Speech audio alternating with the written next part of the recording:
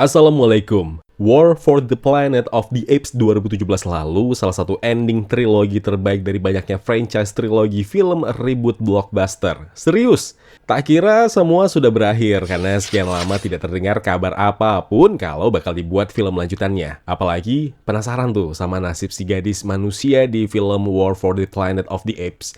Ternyata nongol dong standalone sequelnya.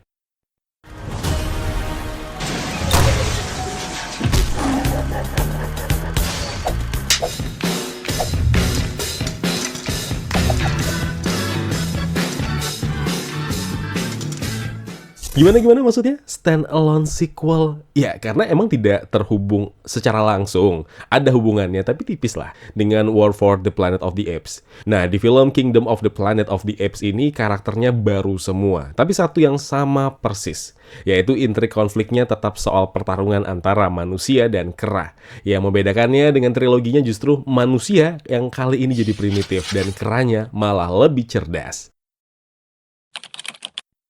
Kingdom of the Planet of the Apes disutradarai oleh Wes Ball dan ditulis oleh Josh Friedman. Ini Wes Ball ini sutradara yang juga ngegarap film Maze Runner ya. Standalone sequel dari reboot trilogi The Planets of the Apes yang mana berlatar beberapa generasi setelah Caesar yang berhasil menyatukan kera dalam pertempuran melawan milisi manusia, tepatnya 300 tahun setelahnya.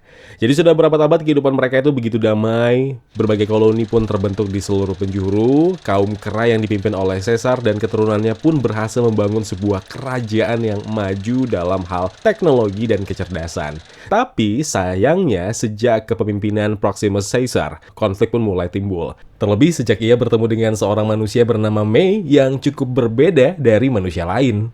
Konflik antara manusia dan kera inilah yang memicu perhatian kera muda bernama Noah sejak ia mendengarkan cerita masa lalu tentang kehidupan harmonis antara kera dan manusia. Kalau boleh jujur, War for the Planet of the Apes 2017 lalu masih belum bisa tertandingi. Bahkan Kingdom of the Planet of the Apes terlepas berhasil membuka world building baru, tetap aja tidak bisa mengalahkan rasa yang sudah dibuat reboot triloginya. Ada yang jadi catatan merah di balik suksesnya film ini. Pertama, tentang cerita dan konflik yang masih mengulang dari film-film sebelumnya. Alhasil, ya semua terasa kurang. Pengulangan yang tidak terasa ada gimmick yang lebih segar untuk dinikmati, ya selain jajaran karakter barunya doang. Ini subjektifku ya, yang berharap film ini nggak cuma menawarkan upgrade kualitas visual yang semakin real, tapi juga isi cerita yang nggak sebatas kompleks, tapi juga segar. Kemudian soal beberapa karakter yang tidak tergali, terutama kera muda bernama Noah dan juga si orang utan bernama Raka tanpa booming. And last but not least, soal pakaian yang dipakai karakter manusia May. Apakah kalian melihat celana jeans, saudara-saudara? Katakan ya.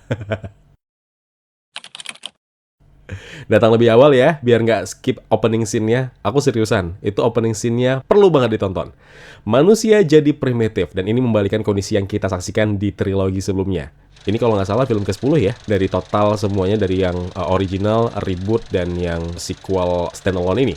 Sampai di sini sih perlu diakui ini cerdas, sekaligus bikin mikir. Bagaimana bisa 300 tahun setelah tragedi kematian Caesar, masih ditemukan manusia primitif yang tidak bisa berbicara. Dan mereka keterbelakang sama kecerdasan para kera itu. Untuk lengkapnya soal ini, kalian harus nonton langsung ya. Jadi biar ngerti kenapa aku bilang ini tuh mind-blowing dan menarik. Dibandingkan antagonis Koba, Proximus Caesar di film ini jauh lebih gahar. Dan ini berbuntut sama adegan aksinya yang semakin liar. Dunia pasca apokaliptik yang bikin mata termanjakan. Ini yang perlu diakui kalau semuanya semakin real. Entah berapa kali aku bilang real ya. Upgrade kualitas yang asli gawat sih ini. Ngimbangi Avatar? Bisa jadi. Tonton di IMAX deh untuk menikmati kualitas audio visual yang imersif.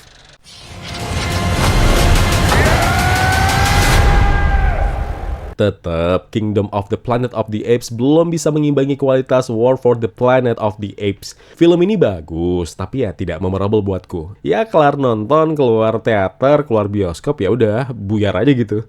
Film ini punya potensi untuk masa depan Planet of the Apes ke depannya. Tapi sayang, masih menggunakan ide cerita konflik yang sebenarnya sudah bisa ditinggalkan. Dan bisa lah ya cari variasi cerita baru.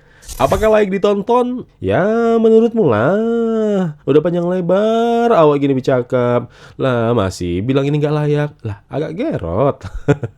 Serius tonton lah. Wassalamualaikum.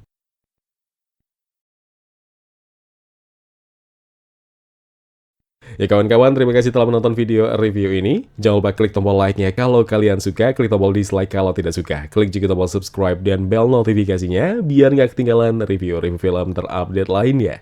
Kalau gitu, aku Zain pamit undur diri. Terima kasih, jaga kesehatan, tetap positif, dan jangan lupa bahagia.